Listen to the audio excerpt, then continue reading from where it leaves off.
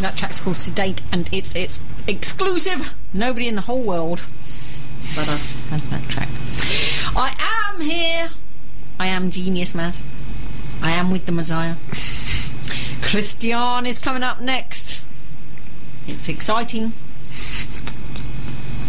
But the Messiah has a few words before the end of the show, which ends at 9 o'clock. Is that not true? Can't talk about sex now. Can you? Yeah. Well, I gave you the opportunity when I played Nymphetamine Fix. Yeah, you didn't quite explain that to me. Oh, well, okay. What I was saying is, you know what?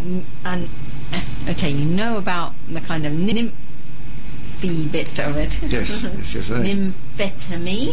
Yes, now I understand, yes. Bit of a drug. Fix. Yeah? Yes. I was saying that as the Messiah, as finally realising you were, do you not miss your nymphetamine fix? Well, I miss my nymphetamine fix, yes. I do miss having, yes, that's something that Yeshua doesn't seem to want to provide me with at the moment. Oh. That is not helpful. But if there's any nice young ladies out there, or whatever ladies, I don't know, get in touch, for God's sake. When you say whatever ladies, there's some nice ones and some whatever ones. What are the whatever ones? No, I don't know. I'm just trying to not to be say anything sexist, really. That's what I'm trying not to do. I think you should be careful.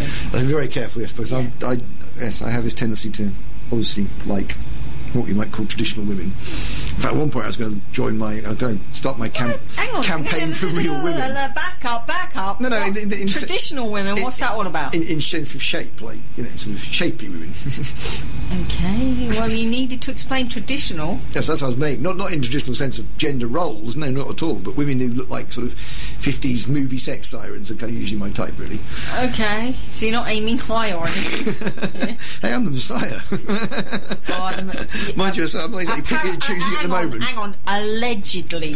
No, I am the Messiah. No, I'm the Messiah. I actually say at the moment my luck is so bad that if I fell into a bucket of tits, I'd come out sucking my thumb. Okay, now listen. But I want to say about sex. I want to say about sex first, about this whole thing, about Kabbalah, about the Messiah. It's all about sex as well. The divine feminine is about the orgasm. The Holy Spirit is about the orgasm. It's about the changing nature of how we interrelate to each other.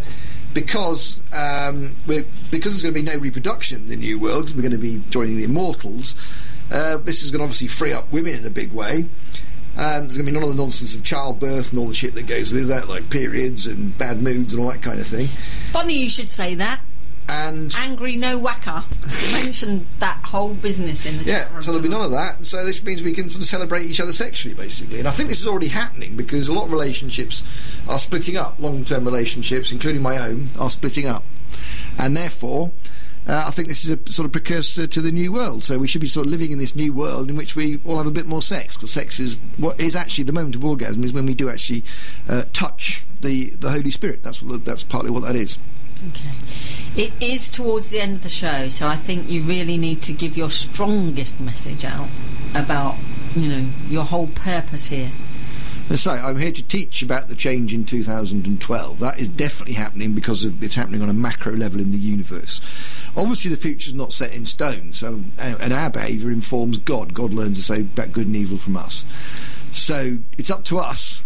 And everybody has free will, but it's up to us to learn to live in this new way, to not get angry if people are irritating you. Project unconditional love to them. Project unconditional love to people like Tony Blair and George Bush. I don't know about that. No, we have to do this. This is a spiritual mission. You need to listen. Yeah, this is a rock station. We's about angry music. Yeah. No, you can't be angry. Yeah, but then we're gonna have to change into one of them like R&B stations. No. We can't be doing that. No, we're all about the anger here. No, it's about getting into kind of, say, new rhythms, but that's kind of more trance. So are you going to bring down our rock music?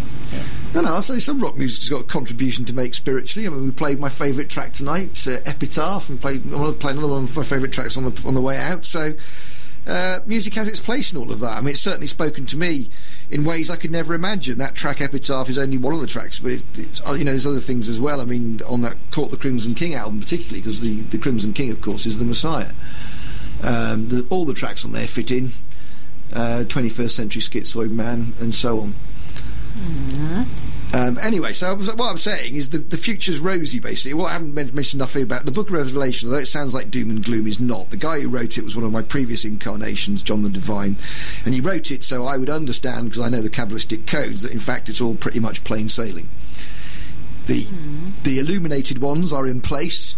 I know that. The codes are there. And so what I'm saying to everybody is prepare for the world to change enormously in a way that it's never ever changed before.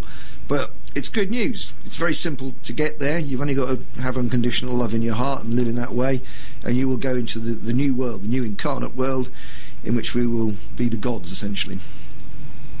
It sounds like good news.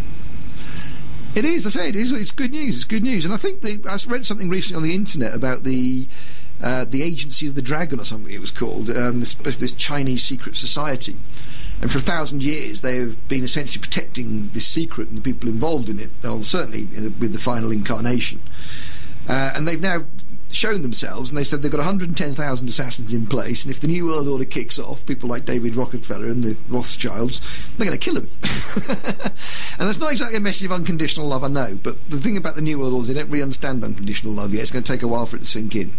So in the meantime, we've got to try. Those people are going to speak the language they understand. I think it's all just part of putting the New World Order in the right place. So they know that in fact the word is being protected as well. So it is actually relatively plain sailing. The light is everywhere. It's permeated everything. That is the nature of the universe. That is perfect. That is the perfect way to end the show. Look forward to Christian coming up next.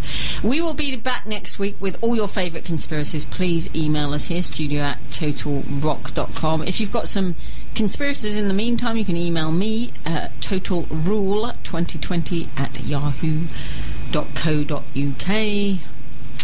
Keep it tuned to this station.